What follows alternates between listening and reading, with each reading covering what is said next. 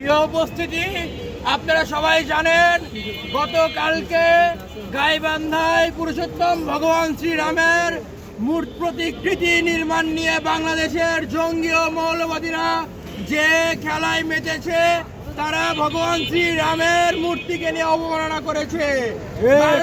সনাতনীরা, সারা দুনিয়ার সনাতনীরা এর তীব্র নিন্দা ও প্রতিবাদ জানিয়েছে।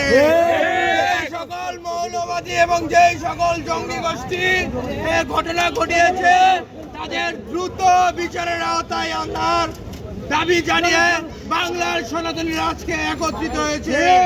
এরই সাথে আপনারা সবাই জানেন গাইবান্ধার পুরুষোত্তম ভগবান শ্রীরামের মূর্তির কাজ বর্তমানে স্থগিত রয়েছে এবং অতি দ্রুত যেন প্রশাসন এই মূর্তির কাজ শুরু করে এর দাবি জানিয়ে আমি আমার বক্তব্য শেষ করতেছি। যদি অতি দ্রুত ভগবান শ্রীরামের প্রতিকৃতি নির্মাণ কাজ শুরু না হয়, সারা বাংলার সনাতনীরা একত্রিত হয়ে তীব্র প্রতিবাদ এবং আন্দোলন চালিয়ে যাবে।